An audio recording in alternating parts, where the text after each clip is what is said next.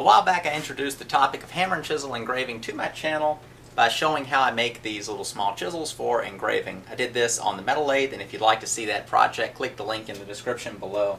That video got a lot of good response, so I thought I'd go into the craft of engraving a little further and talk about what is required as far as the equipment and then some of those early steps just in the knowledge of what actually to do once you've got the equipment. Let's take a closer look. First, let's touch on the workspace, then we'll talk about the tools. As far as workspace goes, you really don't need much. For those of you who are just getting started and kind of building up your small shops at home, this may look like a big area just dedicated to a metalworking, but it's not really all that much. But you don't even need this. If you're just kind of wanting to get going in some engraving, you really only need maybe a bench that's 3 or 4 feet long. As long as it's solidly mounted to the wall or the floor or just doesn't shake around in general, you're good to go as far as engraving goes. The height of the workbench itself is roughly counter height, and then the top of the wooden block that gets the vise up to the right height is maybe a little under 4 feet or somewhere around 4 feet from the ground. As far as the position, I work off the corner of the bench, which allows you to kind of pivot around the corner. Some benches people make for engraving are triangular shaped with the big part of the triangle on the wall, and then it comes out to a point, so that allows you to work around the point of the bench itself. As far as standing, you're just standing right up against your bench, so some sort of a foam pad on the floor is nice, especially once you've been standing there 3, 4, 5 to 8 hours, however long you're working on your projects, and then some sort of comfortable shoes. Kind of a funny thing to mention, but you're just standing there, so it does get, can be painful once you've been doing it all a long time, especially in the early days where you kind of just not used to the position you're going to be standing in. But as far as height goes, that's one of the important things to kind of mention. That is all going to depend on how tall you are, but basically you don't want to be too hunched over and bent over. That'll just wear your neck out. Or you also don't want to have the top of the vise, the actual work surface of what you're working on, to be too high. You're going to have your shoulders and your elbows just lifted way up, and that'll be awkward as well. So you're going to have to kind of play with that to figure out what the right height for you is. But basically you want it to be able to be in a relaxed, comfortable position as much as you can for what you're doing. So I guess that's it for the actual workspace. The only other thing to mention for workspace is you need good lighting. In general, I've got just fluorescent lighting. I got that one turned off just for filming purposes to where the wall is not too bright, but I've got these 3 fluorescent lights kind of over the general area, and then I've got these swing arm, whatever you want to call these things, work lights, basically just to where you can position it anywhere around what you're engraving, and you have to adjust your light a lot because you're adjusting your vise all the time, so you need to adjust the light often. I also have different little utility lights here and there. Mainly that's for filming, but you do need a light going right on it, but just some general light that fills the area is nice as well. It looks a little dark in here, but that's because of my white walls throws my camera off. But it's well lit in here for doing this type of work, especially when you're looking through magnification and you're really focused on things a long time. Low light is bad for your eyes, especially over years. If this is something you're turning into a profession, you're going to be, potentially doing this 8 or more hours a day, and working in low light is just a bad idea. Plus, it's just so much better feeling to be doing it versus, in some dark room with just one little light shining on what you're doing. As far as light bulbs go, really the brightest thing you can get in your light is good without being too crazy. I mean, you can't stress the light enough. It is important to just having a nice little workspace. Having a little bit of a workbench is nice just for doing some other things. Say you're engraving a gun or something, you're going to have it taken apart or something like that. You're going to need a little bit of workspace just for setting your tools down, sharpening your chisels, and so forth. But again, you don't need much. If this bench was this long, that would be plenty. Some sort of a stool to sit on if you're doing punching backgrounds is nice where you don't have to stand the whole time. But as far as a workspace, that's pretty much it. Last thing to mention is this block. This is a solid block of just yellow pine 2x10s that were just glued up to that right height, and then from underneath the bench they're screwed. It's screwed very securely to where this is really solid. basically, you just don't want a lot of vibration kind of transferring up into your work. That's really only going to make much of a difference once you get into a higher level of engraving. But it's good to start out with doing things the best you can, especially when it's just as simple as making a solid workbench. As far as equipment goes, as in the tools that you need to get going engraving, pretty much everything can be seen here. Of course, there's other things, but these are the basics. First being a way to hold your work, which is the vise. This is a GRS Magna block. This is an older one. There's another one in the background. In my little area here, I have two places I can engrave. There's one there and one here. My father taught me, or is sort of teaching me, how to do the engraving. That's his job, and or his craft, I guess, is what you'd call it, more than a job. He just does it on his own. But so I have two places to engrave. When he comes over here, he can just kind of work on his stuff, and then I can be over here practicing or working on some sort of a project, and he can kind of horn in every once in a while and tell me what I'm doing wrong. So that's the value of having someone else around you to actually teach you how to do this versus books, videos, and just kind of just going off of some sort of instructions outside of having someone there actually pointing out what you're doing wrong. And then of course you can observe them and then try different little body movements that they're doing to kind of improve your engraving. Back to equipment, that's the vise. The vise is one of the biggest sort of barriers to get going in engraving. This vise is around $600, and that's as is. That doesn't include any of the little bells and whistles and work holding attachments that go on top of the vise. These types of jaws, I believe, come with these when you buy them. This one's probably older than I am.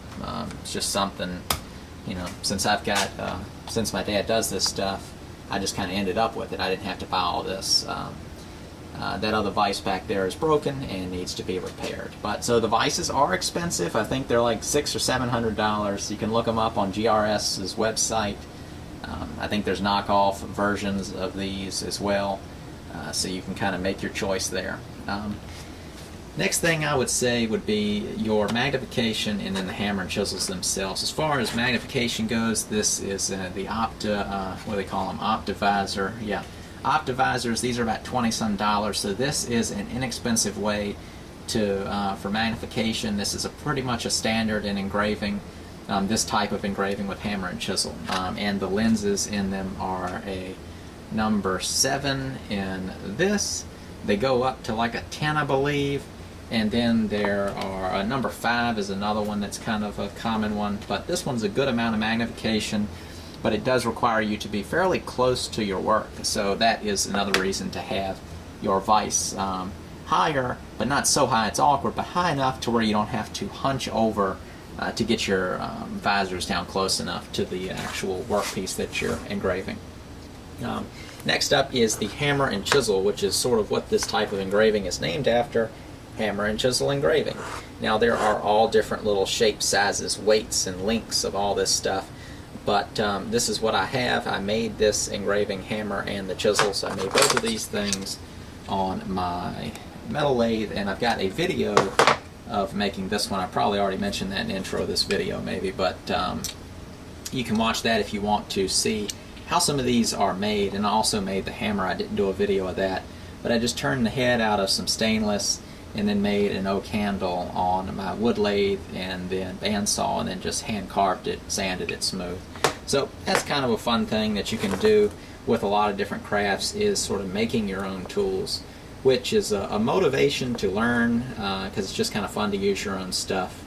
And it's just kind of an interesting thing to know that after you've done some sort of engraving, that you actually made the tools that did it.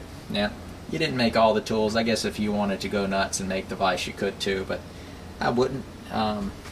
It would cheaper to buy the thing than how much time it would be to make this. Plus it's pretty precise inside with its bearings and everything.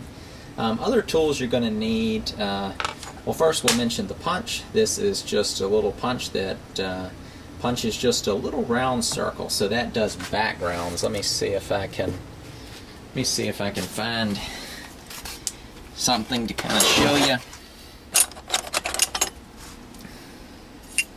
There we go. So within that scroll work, you can see that background is punched. So that's what that punch does. This is just some old practice plate. You can see it's pretty hideously engraved, but it's just an old practice plate of mine. I keep all this stuff around just to look at and reference. People ask kind of questions sometimes, and you can pull this stuff out and show them. We'll keep that out for a minute when we're talking about getting started.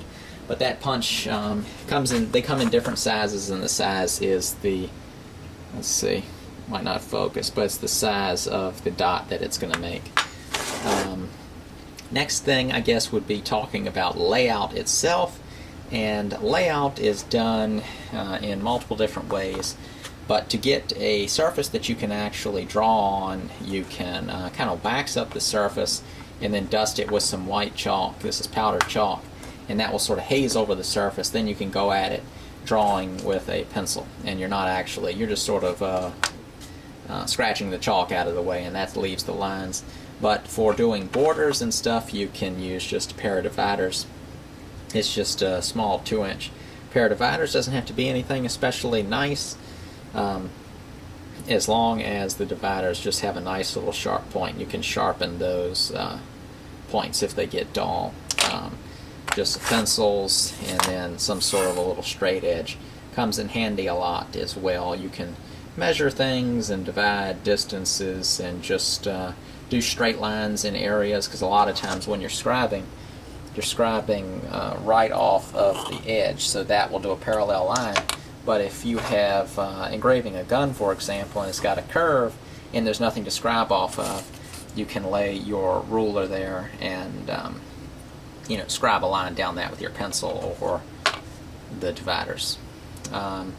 So that is the basics of what you need. Now, of course, there's more to it. You're going to need to maintain your chisel's geometry and then just hone it in general. So all these tools that I'm using are all shaped by hand from a 1/8 inch micro-grained carbide. So these are little 2-inch sticks of it that you can buy, and they're kind of expensive. I think they're around $4 or $5 a piece, or maybe even $8. I can't remember. But you need to grind all these out on a bench grinder with an actual carbide grinding wheel, which is those green wheels. I think it's called silicone something or another.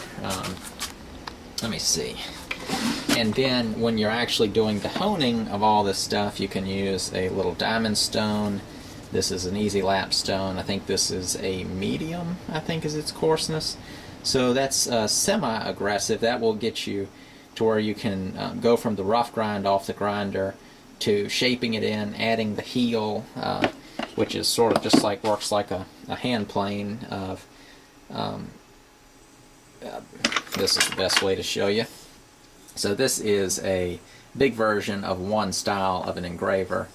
So you've got, this is the main grind, then you have this grind, and then you can see that little bevel added onto it. So that creates, sorry, get this focused, that creates the heel, which actually controls how this is going to ride down in the steel itself.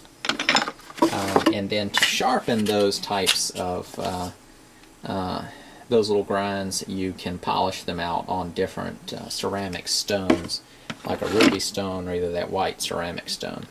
So I am no genius or expert in this topic by any means, but I just wanted to give you sort of a general idea of the workspace and the tools kind of required. And of course there's so many other options to engraving, but this would be the more traditional way of going about it, with a hammer and chisel, just standing there with it in the vise. And there, of course, there's different types of vices that people have historically used, but this is sort of, I guess, one of the standards.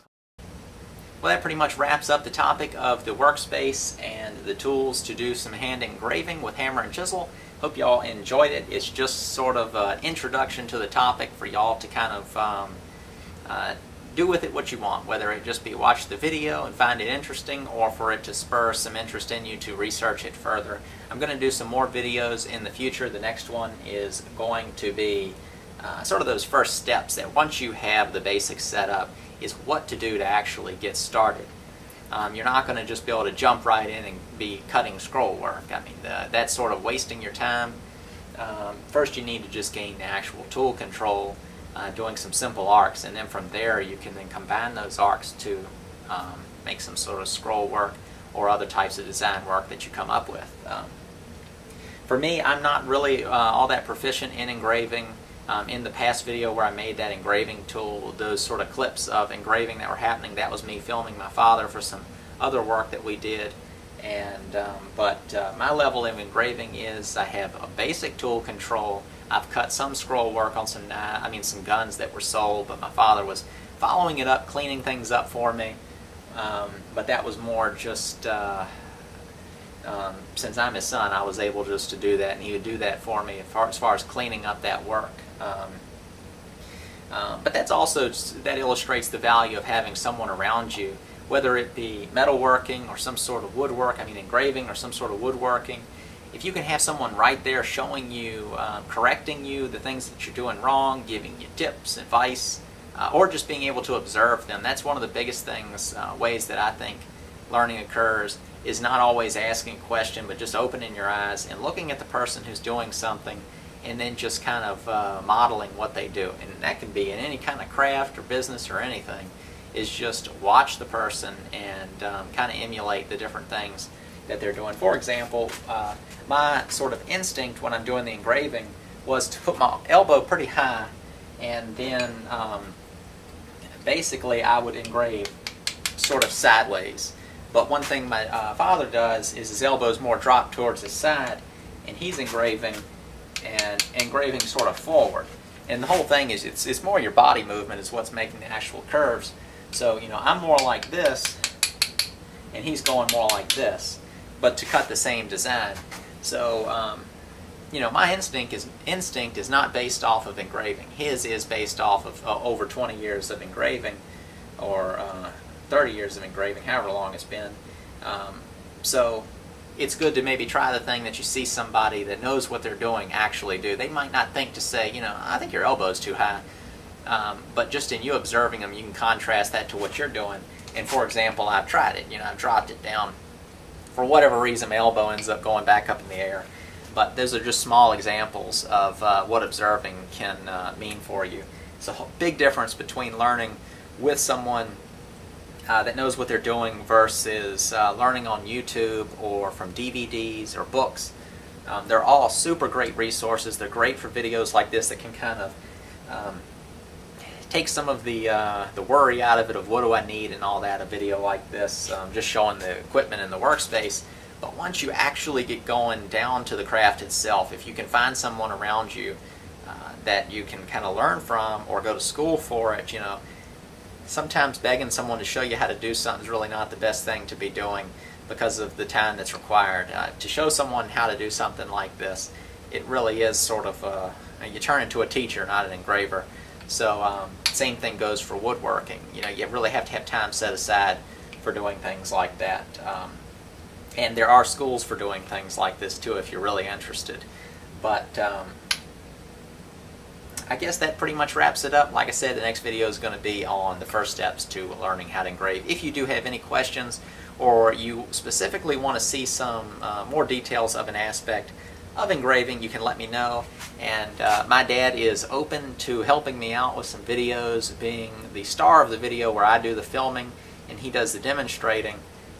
So if there's anything in particular that you are interested in, let me know. And in the future I might show some more actual engraving work, images of things that were engraved, just to kind of put that reference in there. So thank you for watching, and I'll see you in the next video. For those that are new to my channel, if you'd like to see more videos like this, click the red button on the screen now and you'll get updates when I post future videos. And if you'd like to see more on the topic of engraving, check the description below for the links that I post. Thanks for watching.